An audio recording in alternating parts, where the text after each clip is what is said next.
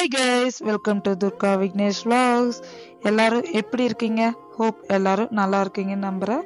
Thursday evening எடுத்த vlog தான் இது. ஒர்க் முடிச்சுட்டு நானும் மீயும் அம்மா வீட்டுக்கு கிளம்பிட்டோம். இப்போ ரீசெண்ட் டேஸாக நம்ம சேனலில் ட்ராவல் vlog தான் வந்துட்டுருக்கு. நீங்களும் பார்த்து என்ஜாய் பண்ணுவீங்கன்னு நம்புகிறேன். ரீசெண்ட் டேஸில் எவ்ரி ஃப்ரைடே ஈவினிங் 4 o'clock நம்ம சேனலில் லாங் வீடியோ அப்லோட் பண்ணிட்டுருக்குறோம். நீங்கள் சப்போஸ் மிஸ் பண்ணியிருந்தீங்க அப்படின்னா நம்ம சேனலில் போயிட்டு எல்லா வீடியோஸுமே பாருங்கள். கண்டிப்பாக எங்கள் ஊரில் இந்த மார்ச், ஏப்ரல், மே மந்த் இந்த சம்மர் டைமில் மட்டும்தான் இந்த வயலட் கலர் ஃப்ளவர் வந்து பார்க்க முடியும். பார்க்குறக்கே அவ்வளோ அழகாக இருக்கும். கொஞ்சம் மழை அடித்தாலே இந்த பூவெல்லாம் கொட்டி போயிடும். ஆனால் நாங்கள் இந்த ரோட்லேயே தான் போகிறோம் வரோம். மற்ற டைமெல்லாம் பார்த்தா வெறும் இலை மட்டும்தான் ரொம்ப க்ரீனிஷாக இருக்கும். ஆனால் இந்த சம்மர் டைம் மட்டும் இந்த மரங்கள்லாம் இவ்வளோ நாளாக எங்கே ஒளிஞ்சிருந்துச்சு அப்படிங்கிற மாதிரி தான் இருக்கும். சம்மர் டைம் ஸ்டார்ட் ஆயிடுச்சு அப்படின்னாலே மேக்ஸிமம் எல்லோரும் ஊட்டி, கொடைக்கானல் அந்த மாதிரி தான் புக் பண்ணி போவாங்க.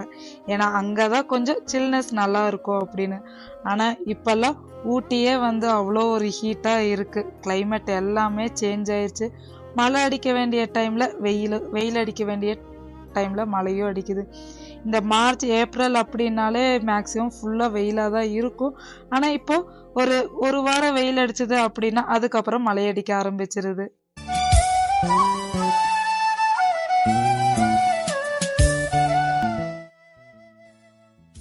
அம்மா வீட்டுக்கு ரீச் ஆகிட்டு கொஞ்சம் திங்ஸ் எல்லாம் வாங்க வேண்டியது இருக்குது அப்படின்னு சொல்லிட்டு நானும் மீயும் மார்க்கெட் போயிட்டோம். அப்போ தான் இந்த குண்டு குண்டு மல்லிகைப்பூ, எனக்கு இந்த ரொம்ப மொட்டாக இருக்கிற மல்லிகைப்பூ ரொம்ப பிடிக்கும். ஸோ வாங்கிட்டு வந்தாச்சு. 1/4 கிலோ பூ 300 ரூபான்னு சொன்னாங்க. இதில் ஒரு 10 முழம் பக்கம் வந்துச்சு. ஒரு முழமே 80 ரூபா சொன்னாங்க. இதோட ஸ்கேம் பற்றி ஆல்ரெடி நான் ஷார்ட்ஸில் அப்லோட் பண்ணியிருக்கிறேன். ஃப்ரைடே மார்னிங் 5 o'clock வீட்டிலேருந்து கிளம்பணும்னு பிளான் பண்ணிட்டு நைட் படுத்தேன். ஆனால் எப்படியோ ஒன்று தூங்கிட்டேன். இப்போ 5:30க்கு தான் வீட்டிலேருந்து கிளம்பியிருந்தோம். அவினாசியில் லொக்கேட் ஆகிருக்க லிங்கேஸ்வரர் கோவிலுக்கு தான் நாங்கள் போயிருந்தோம். மார்னிங் ஒரு 6:30ங்கிறப்போ ரீச் ஆகிட்டோம் கோவிலுக்கு. இது ஒரு சிவன் கோவில் தான். இது ரொம்பவே பிரம்மாண்டமான கோவில். ஆனால் நான் இதுதான் ஃபர்ஸ்ட் டைமாக வரேன். ஃபஸ்ட்டு வந்தோடனே இங்கே பிள்ளையாருக்கு நெய் தீபம் போட்டு அவருக்கு ஒரு சல்யூட் போட்டு தான் உள்ளே போயிருந்தோம்.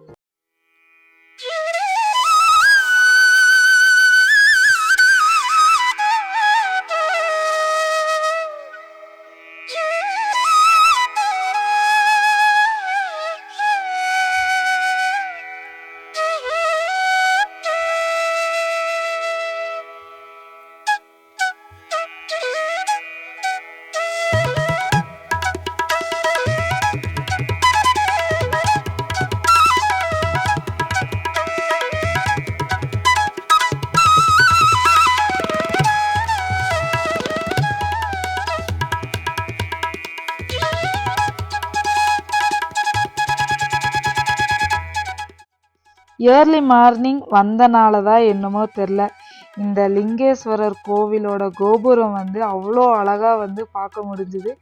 இது வெயில் அடிச்சிச்சு அப்படின்னா தெரியாது. ஆனால் கோபுரம் அவ்வளோ பெரிய கோபுரம், பார்க்குறக்கே சூப்பராக இருந்துச்சு. அட இவ்வளோ பக்கத்தில் இவ்வளோ நாளாக இந்த கோவில் இருந்திருக்கிறது தெரியாமல் போச்சுங்கிறது அப்போ தான் தெரிஞ்சுது. இது கோவிலுக்குள்ளே இருக்க பேக் சைடு. நார்மலாக எல்லா சிவன் கோவில்லையும் எந்த மாதிரி இருக்கோ அதே தான். ஆனால் இங்கே கோவில் கொஞ்சம் பெரிய கோவில். இன்னொன்று என்னென்னா இது பழங்காலத்து கோவில். அதனாலேயே கோவில் நல்லா பெருசாகவும் நல்லா சூப்பராகவும் இருந்துச்சு. நல்லா சாமியெல்லாம் கும்பிட்டு அப்படியே வெளியே வந்துட்டோம். இதே காலையில் ஒரு மதியானம் அந்த மாதிரி டைமில் வந்தோம் அப்படின்னா கண்டிப்பாக க்யூவில் நின்று தான் போகிற மாதிரி இருக்கும். நாங்கள் ரொம்பவே ஏர்லி மார்னிங் வந்ததுனால ரொம்பவே ஈஸியாக சாமியும் பார்க்க முடிஞ்சது. பக்கத்துலேயே நின்று பார்த்தோம். நாங்கள் போயிருந்த டைம் தான் அபிஷேகமும் பண்ணிகிட்டு இருந்தாங்க. நீங்கள் இந்த கோயிலுக்கு ஆல்ரெடி வந்திருந்தீங்க அப்படின்னா கமெண்ட் பண்ணுங்கள். கொஞ்சம் இருட்டாக இருக்கும்போது எடுத்த கிளிப்ஸும் நீங்கள் இப்போ பார்த்துருப்பீங்க. இப்போ வெளிச்சமாக இருக்கும்போது இந்த கோபுரம் பார்த்தாவே உங்களுக்கு தெரியும். அந்த இருட்டாக இருக்கிறப்ப அந்த லைட்டில் அந்த கோபுரம் அவ்வளோ அழகாக மின்னுச்சு. இந்த மரத்துக்கடியில் தான் நம்ம காலையில் அந்த விநாயகருக்கு நம்ம நெய் தீபம் போட்டு வந்திருந்தோம்.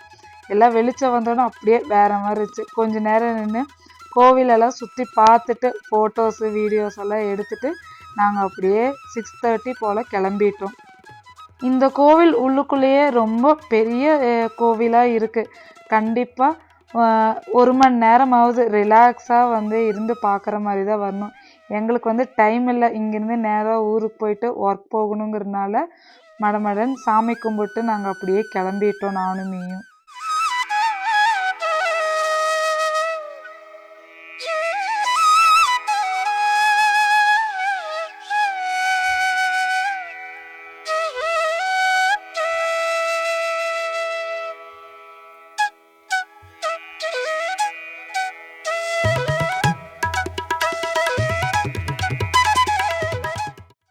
ரொம்ப சீக்கிரமாக காலையில் எழுந்தனால எல்லாத்துக்கும் லைட்டாக பசியாயிருச்சு.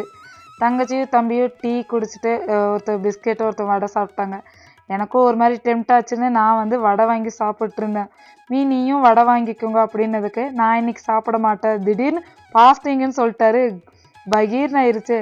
சொல்லியிருந்தா நானும் இருந்திருப்பேனே அப்படின்னு. எனக்கு இந்த டீ கடைக்குள்ளே வந்தோடனே தான் பாஸ்டிங் இருக்கணும்னு தோணுச்சு அப்படின்னு வந்து சும்மா ஃபன் பண்ணிவிட்டு அப்படியே நாங்கள் வீட்டுக்கு கிளம்பிட்டோம். தம்பி தங்கச்சியும் வீட்டில் ட்ராப் பண்ணிவிட்டு நானும் மீயும் அப்படியே கிளம்பியாச்சு.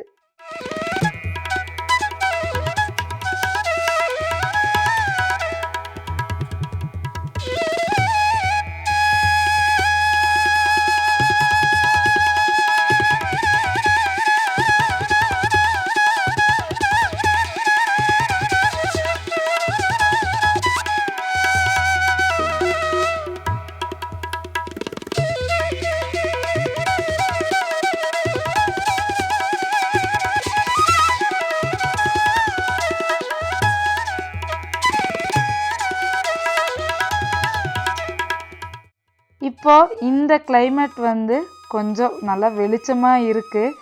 இதே எங்கள் வீட்டுக்கிட்ட போகிறப்போ கிளைமேட் வந்து எவ்வளோ மோசமாக இருந்ததுன்னு நீங்களே பாருங்கள்.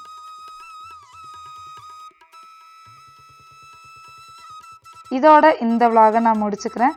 இந்த வீடியோ உங்களுக்கு பிடிச்சிருந்துச்சு அப்படின்னா மறக்காமல் லைக் பண்ணுங்கள், ஷேர் பண்ணுங்கள், கமெண்ட் பண்ணுங்கள், நம்ம சேனலை சப்ஸ்கிரைப் பண்ணிக்கோங்க. பை.